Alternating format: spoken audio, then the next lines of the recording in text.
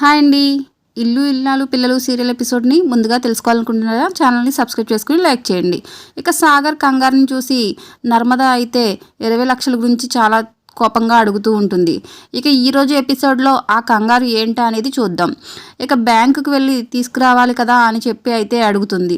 ఇక రాత్రి ప్రసారం కాబోయే ఎపిసోడ్లో డబ్బులు బ్యాంక్లో ఉన్నాయా, అయితే ఉండు రమ్యకి ఫోన్ చేస్తానంటూ బ్యాంక్ ఎంప్లాయ్ అయిన రమ్యకు కాల్ చేస్తుంది నర్మద. సాగర్ 20 లక్షలు డ్రా చేసి తీసుకుని వెళ్ళాడని చెప్పావు కదే, మా ఆయనేమో డబ్బులు బ్యాంక్లోనే ఉన్నాయి అని అంటున్నాడు, నాకెందుకు అబద్ధం చెప్పావు అని అంటుంది నర్మద. లేదే, నిజంగానే సాగర్ డబ్బుల్ని డ్రా చేసుకుని తీసుకువెళ్ళాడు, కావాలంటే నీ అకౌంట్ వివరాలు పంపిస్తా అని అంటుంది రమ్య.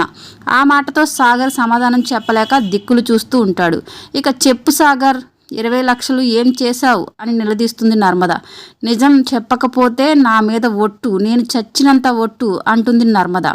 దాంతో సాగర్ చచ్చినట్టు నిజం చెప్తాడు. నాకు జాబ్ ఎగ్జామ్ రాస్తే రాలేదు, 20 లక్షలతో పాటు రైసు మిల్లులో 5 లక్షలు తీసుకొని లంచం ఇచ్చి జాబ్ కొనేశాను అని చెప్పి అంటాడు సాగర్. ఇంకా నర్మద అయితే చాలా కోపంగా అలాగా ఉండిపోతూ ఉంటుంది. ఇక ఆ మాటలు విన్న నర్మద, మీ నాన్న ప్రాణాలతో ఉంటారా? డబ్బు తీసుకునేటప్పుడు మీ నాన్న గుర్తుకు రాలేదా? లంచం ఇచ్చి జాబు కొనుక్కోవడం ఏంటి? క్షమించరాని తప్పు, అది చాలదన్నట్టు వేరే వాళ్ళ డబ్బుతో జాబ్ కొనుక్కోవడం ఏంట్రా సాగర్? సిగ్గు లేకుండా వాళ్ళకి ఇవ్వాల్సిన డబ్బు ఎలా సర్దుబాటు చేస్తావు? ఇది మీ నాన్న పరువు ప్రాణాలకు సంబంధించిన విషయం సాగర్, ఆ మాత్రం బుద్ధి లేదా నీకు?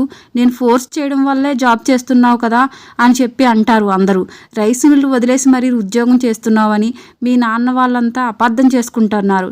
ఇప్పుడు ఈ 20 లక్షల విషయం తెలిస్తే నేనే ఆ తప్పు చేయించానని కూడా అనుకుంటారు. నా భర్త ఒక దొంగ అని మాట్లాడితే వాళ్ళ ముందు నేను ఎలా తల ఎత్తుకుని వెళ్ళాలి చెప్పు సాగర్? నీకోసం నేను అందరినీ వదిలేసి వచ్చేసాను, కానీ నువ్వు చివరకు నాకు మెట్టు నీళ్ళు కూడా లేకుండా చేసేసావు. నేను ఈ ఒక్క క్షణం కూడా ఇంట్లో ఉండలేను అంటూ బట్టలు సర్దేసుకుంటుంది నర్మద. ఇక దాంతో సాగర్, ప్లీజ్ నర్మద అర్థం చేసుకో, మీ నాన్నగారు చెప్తేనే ఇలా చేశాను, నాకు మరో అవకాశం లేక ఇలా చేశాను అని అంటాడు సాగర్. ఇక మా నాన్న మర్డర్ చేయమంటాడు, చేసేస్తావా? గంగలో దూకమంటే దూకేస్తావా? అడ్డమైన పనులు చేయమంటే చేసేస్తావా? ఆయనకు బుద్ధి లేదు, సరే నీకు కూడా బుద్ధి లేదా అని తిట్టిపడేస్తుంది నర్మద. ఇక సాగర్ వద్దన్న నర్మద ఇంట్లో నుంచి వెళ్ళిపోవడంతో, నువ్వు గుమ్మం దాటిన మరుక్షణమే నేను ప్రాణాలు తీసుకుని చచ్చిపోతా అని బెదిరిస్తాడు సాగర్. దాంతో నర్మద, ఏంటి బెదిరిస్తున్నావా అని అంటుంది. బెదిరించడం లేదు నర్మద, డబ్బుల గురించి నాన్నకి ఏం చెప్పాలో తెలియక భయంతో చచ్చిపోతున్నా. ఇలాంటి కష్టంలో నాకు నువ్వు అండగా ఉండాల్సిన నువ్వు ఇలా వదిలేసి వెళ్ళిపోతే నేను ఏ ధైర్యంతో బతకాలనుకుంటున్నాను? ఈ సమస్య నుంచి నేను బయటపడడానికి నాకు చావు తప్ప వేరే దారి లేదు. నేను తెలుసో తెలియకో తప్పు చేసేసాను. నేను చావాలా బతకాలా అన్నది నీ చేతుల్లోనే ఉంది. ఇంక నువ్వేం చేస్తావో చెయ్యి, నేనైతే ఇదే చేస్తా, నేను చచ్చిపోతాను. గుమ్మం దాటిన క్షణమే నా శవం అయితే నీకు కనిపిస్తుంది అని చెప్పి సాగర్ అయితే నర్మదను అంటాడు. ఇక నర్మద ఏం చెయ్యాలో తెలియక ఇంటి నుంచి బయటికి వెళ్ళడానికి అలా ఆగిపోయి అక్కడే కూర్చుండిపోయి ఏడుస్తూ ఉండిపోతుంది. ఇక సాగర్ అయితే, నీ కాళ్ళు పట్టుకుంటాను నర్మద, ఈ గండం నుంచి నన్ను బయటపడేవే, నువ్వు ఈ గుమ్మం దాటితే నాకు ప్రాణాలు తీసుకోవడం తప్ప మరో దారి లేదు నర్మద అని కాళ్ళు పట్టుకొని కన్నీళ్లు పెట్టుకుంటాడు సాగర్. దాంతో నర్మద అక్కడే కుప్పకూలిపోయి ఏడుస్తూ ఉంటుంది. ఏదో ఒకటి చేసి నువ్వే ఈ గండం నుంచి గట్టెక్కించే నర్మద, నీకు దండం పెడతాను ప్లీజ్ అంటూ చేతులు జోడించి ప్రాధేయపడతాడు.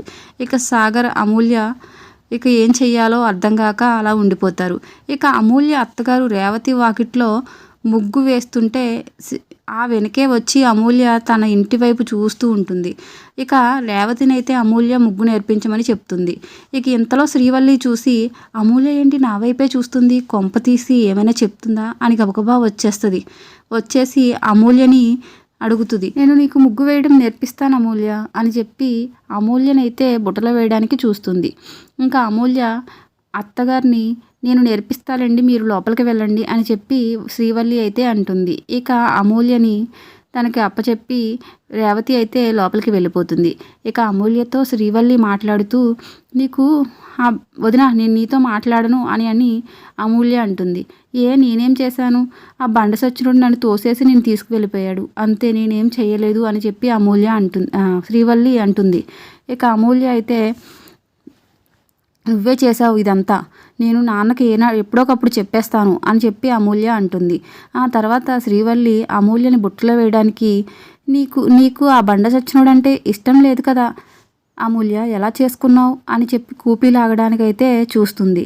ఇక అప్పుడే ప్రేమ అయితే వీళ్ళని చూసి అక్కడికి గబగబా వచ్చి ఏం మాట్లాడుతున్నావు వాళ్ళక్కాయ్ అని చెప్పి గట్టిగా అడుగుతుంది. ఇక అడిగిన క్షణమే ఇది వచ్చేసింది బాబోయ్ అని చెప్పి శ్రీవల్లి లోపలికి వెళ్ళిపోతుంది. ఇక ప్రేమ అమూల్యని అడుగుతుంది, ఏంటి శ్రీవల్లి అక్క ఏం మాట్లాడుతుంది అని. నీ తాళి ఎవరు కట్టారు అని అడుగుతుంది. అని చెప్పి అమూల్య చెప్తుంది, నువ్వు ఎప్పుడైనా సరే ఈ విషయాన్ని ఎవరికీ చెప్పకు. అసలు ఎవరికైనా అడిగితే ఈ విషయం అసలు ఏమీ చెప్పకు. అది కూడా వల్లికి అస్సలు చెప్పకు. ఇది చెప్పితే ధీరజ్కి చెప్పేస్తుంది, మీ నాన్నకు చెప్పేస్తుంది. ఇక ఈ విషయం చెప్పడం వల్ల చాలా సమస్యలు అయితే వస్తాయి. అది ఎప్పుడు బయటపడితే అప్పుడే బయటపడుతుంది అని చెప్పి ప్రేమ అయితే అమూల్యకు ధైర్యం చెప్పి పంపిస్తుంది. ఇక ధీరజ్ అయితే కారు ఫ్రెండ్స్కి ఇచ్చి చాలా కంగారు పడిపోతూ ఉంటాడు.